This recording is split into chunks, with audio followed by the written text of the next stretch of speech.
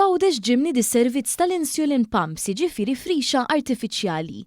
Dan tħabar mill-Ministru għas-Saħħa u l-Anzjanità Attiva Joe Etienne Bela li qal kif dan is-servizz se jtejjeb il-kwalità tal-ħajja u jnaqqas il-komplikazzjonijiet ta' tfal u żgħażagħ li jgħixu bid-dijabete ta' tip wieħed.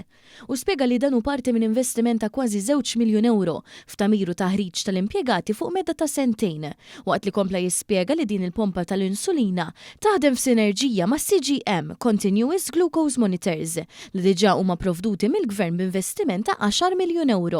Il-Ministru ħabar ukoll it-twaqqif ta' klinika apposta fl-Isptar Ġenerali ta' Għawdex. Ġie stabbilit ukoll servizz ta' contact center li jaħdem 24 siegħa 7 ijiem fil-ġimgħa li se joffri pariri u għajnuna relatati ma' dan it-tagħmir. Dr. Bela qal kif sal-lum 9 pazjenti taħt 18-il sena diġà qed jibbenefikaw minn dan l-investiment.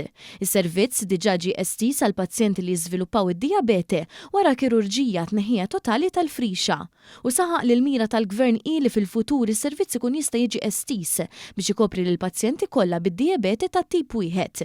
Kejli Ċini li għandha 14-il sena tkellmet dwar kif din il-pompa tal-insulina tiffaċilitala ħajjitha. Din il-pump l-ewwel nett tifranku li ħafna injections u li fil-ħajja ta' kuljum it-sukkar ħażomu li iktar stabbli range.